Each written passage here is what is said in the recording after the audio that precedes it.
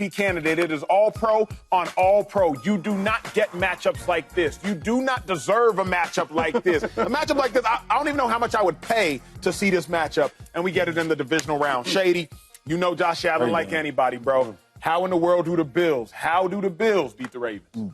Wow. Let me think, man. Let me think. It ain't gonna be easy, right? Last time they played, the Bills did not show up. 35-10, that was the real score. At halftime, it was 21-3. Yep. Yes, that did happen.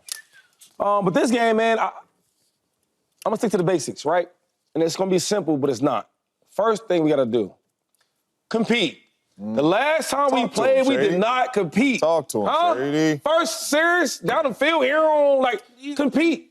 My thing is, if they score, we got to score. If they get a stop, we got to get a stop. You got to compete. When you are the underdog, you have to do different things, right? You got to fight back. Let them know, yeah, we might be the underdog to Vegas, but not on this field. No. The second thing they got to do, right? Stop Derrick Henry. Now, I know Lamar's playing the best of everybody, but let me break that down. When the running game is working, everything in the playbook is up. Right? If Derrick Henry's running up down the field, now you're going to have a nightmare the whole game because now I can play action. I can do the read option. I can do this, I can do that. And now your defense don't know where to look at. If you stop Derrick Henry early in the game, bro, stop that run game, now you put the pressure on Lamar. Now you got to make special passes. Now you got to make special plays, special runs, extend plays, all these things you need. And if you do that, sometimes that creates turnovers. Yeah. If you get turnovers on you, the underdog at home, it's this dude I met when I was probably like 6 years old. I started playing football. It was my uncle. Yeah, we all met him. His name was Uncle Mo. Uncle Mo. Momentum.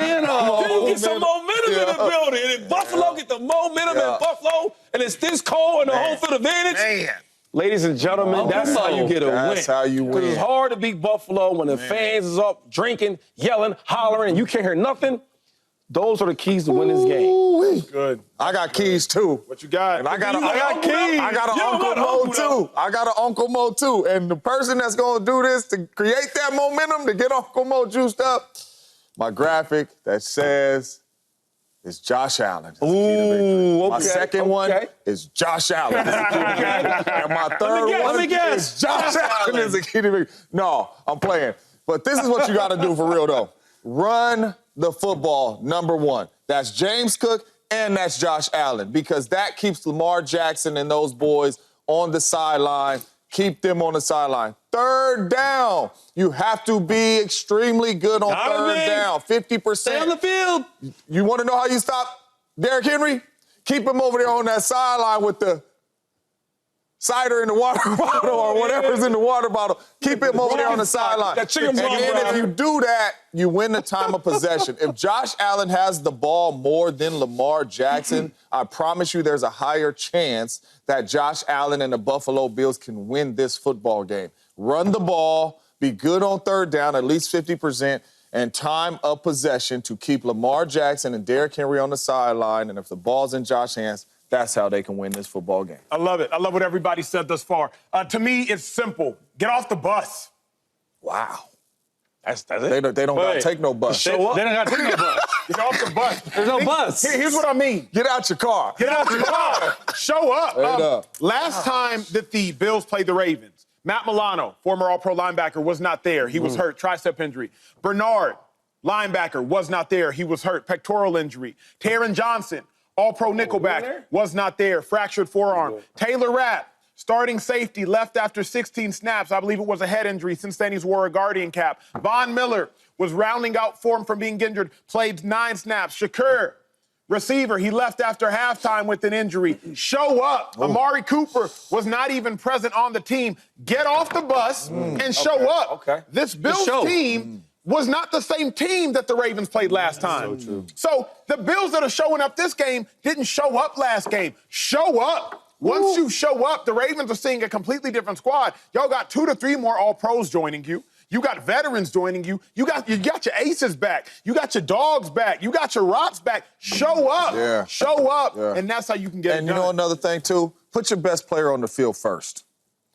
At home, win the toss, take the ball. Put your best player on the field and go down there and score. And go up there, have your first 15, go up 7, right? And then you got Lamar Jackson and them dudes thinking, should we run it? You know what I mean? Eat the time up. But Josh Allen, go on the field first. win the toss, take the ball, and go try to score a touchdown. Josh Allen, extended plays. You have to get extended plays versus team, and then touchdowns, not field goals in the red zone.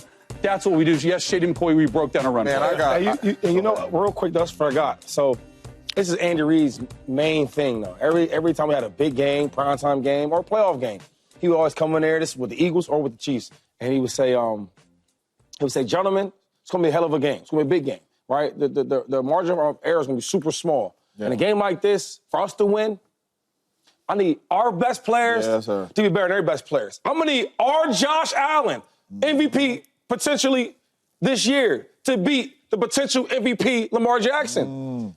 James Cook, I don't care about the names. Yeah. I don't care about the resume. Yeah. I'm going to need our best running back to be better than their best running back. And then on the defense, on the defense, all you keep hearing about is all the 9 Pro Bowls they got over there, right? And they got this player, that player. I need our defense, our best players on defense, to be better than their best players on defense. And every message, he would always say that. I remember when I was a rookie, he would say it. And then in 2019, when I got that, I said, Coach, you still say that? He said, listen, in big games, that's why you pay these players. So I need big games from all my big-time players. And if we're going to see the Bills win, no question, Josh Allen has to be better than Lamar Jackson. Simple as that. And that's why I said they have to put up points. That's Andy Reid's rule, dog. First, they have to. And let him go put some points up. This game is a game that you can't even think of. You can't create it. You couldn't have written it better in a Hollywood script. It is that good. Do y'all believe, Rooker, do y'all believe that, though? Like, the better players? They got to. You got any chance to win. You got to show up.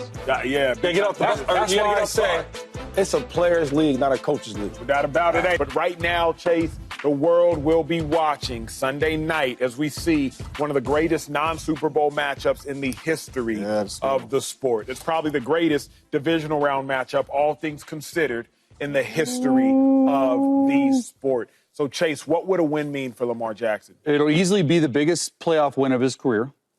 There's no doubt about that, in my opinion, because it's over Josh Allen, who people are like, Josh Allen won an MVP, Lamar Jackson won an MVP, all that stuff. But when I really think of it, I don't know if it will mean anything. And I pause because it's sort of crazy to think that when you're in the divisional round and before this year started, you're 2-4, now you're 3-4 in the playoffs. And the whole narrative has been like, hey, Lamar can't win a playoff game. Lamar can't win a Super Bowl. But I said on this show, and we all really said on this show, said, even if he wins a couple playoff games but doesn't make it to the Super Bowl, the narrative really ain't changing. And it's hard to say that because of the season that Lamar has had. That's crazy. And I get it. Like, back-to-back AFC championship games, that'd be great. But you still got to go through Pat if you get there. So, yeah, like, I want this for Lamar. I want this win for Lamar. I think Lamar's done exceptional things for the league. But the more I think of it, it's like, man, I can't go back on what I thought and what I said a few weeks ago when I'm like, hey, where does Lamar Jackson need to land? I think he needs to make the Super Bowl. And it's crazy to say that, but you know, with a win, he'd be 4-4, still 500 in the playoffs. And with a loss, Josh would be 6-6. So now they're sort of even. And you can talk. So I don't think it means much other than the biggest playoff win of his career in the micro. But when you zoom out to the macro and you look back on this in the offseason, we're talking about it. Yeah. We're saying, dang, he didn't even get to the Super Bowl. Yeah. Like, I think that's what it means. It means everything. And next week's going to mean everything. And the week after that's going to mean everything for Lamar Jackson. But this game means everything because he's never won back-to-back playoff games. This will be back-to-back AFC championship games for you. We talk about Patty being his 6th time. Well, Lamar's starting the trend. Back-to-back for you.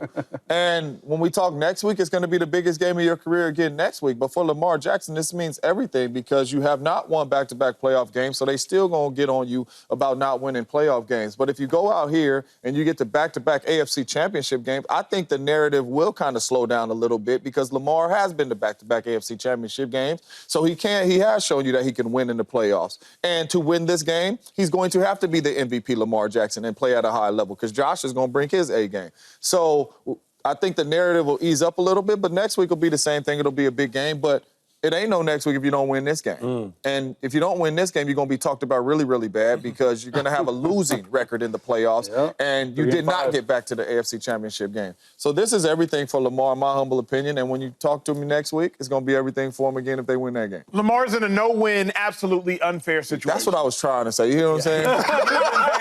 Lamar is in a no-win, unfair situation. Lamar winning this game would mean absolutely nothing. Facts? Thank you. Nothing. Back-to-back AFC Championship games, nothing? We don't brag about that. Brock Purdy went to back-to-back NFC Championship games. That don't mean nothing. It means nothing. And it's unfair. Ravens fans, you can clip this out. This is not fair. But what this means is Lamar is so good that he's qualified for this level of critique. Patrick Mahomes and Lamar Jackson are in absolutely no-win situations this weekend. Pat, if you win, all right, cool, you were supposed to win. Lamar, if you win, congratulations, you were supposed to win. But if you lose, oh, we gon' crucify you. But if you win, okay, cool. You got to the same place you got to last year. Great, you won 2 playoff games in a row, but that's not something you historically brag about. Yeah, but remember, guys, in 2025, Lamar Jackson won 2 playoff games in a row. It's not what you talk about. It is extremely unfair. Lamar Jackson has qualified for this level of criticism. Lamar Jackson has been so good that winning a divisional round matchup means absolutely nothing for Lamar. Lamar has to beat the Chiefs. He has to do something of true substance and true significance. I'll end it like this. Michael Jordan making a conference championship game, that don't mean nothing. LeBron James making a conference championship game, that don't mean nothing. Sha'Carri Richardson making a finals at the Olympics, that don't mean nothing. It means something if you win something. It don't mean nothing if you qualify for a final that we expected you to be in the first place. I disagree. If he wins this game, man, first of all, it starts a new narrative, right? So now you go back to the AFC Championship game for the second year in a row. Everybody that you guys just named, about special guys that you just named, like Jordan and them guys, you build up. Everything in sports is about the storyline, right? Everybody loves to anticipate, like, what happens next. So Michael Jordan, let's use him for example. Even though he was really, really great, he got closer and closer each year, right? And it became a big thing where, yo, he's getting closer. Yo, will this be the year? Will this be the year? And no, he didn't get it, right? Then after a while, it became, okay, can he get over the hump? And he did that. Andy Reid, one of my favorites. He was winning, right? Year after year, he's getting closer, he gets closer. Maybe he can't win a big game. Goes to the Chiefs, what happens? He does that. John Elway, do we remember how the narrative of John Elway was, right? They won a championship, the first thing they said was, this one's for John to get over the hump. Peyton Manning, as great as he was, we kept waiting. Will this be the year? 6 years. So when you keep saying this about him, it's like, no. It's just building a storyline up bigger and bigger and bigger. So now it'll be, let's say, I don't know, the next 4 years, he goes to the AFC Championship games 4 years in a row. And one year he wins. They're going to say, yo, he got closer and closer. And finally, Lamar Jackson got over the hump. Okay. So it means everything to me if he wins this game because you get another chance to get to the AFC Championship game to go against Patrick Mahomes. And you start that narrative of eventually he got closer and closer. And eventually he got over the hump. And if you don't believe that, LeBron James is a phenomenal example. And not only that, at least we can go into the season believing he can get back to that game. It's all about storylines. You're going to be the main one saying, yo, it took Lamar Jackson this many years, but he finally get over the hump, and then we praise him. I can see it now. No bigger storylines than the biggest weekend. What up, YouTube family? Welcome to the facility. Thanks for watching, and you better be sure to hit that subscribe button if you want to get more highlights from the show and all of our exclusive content.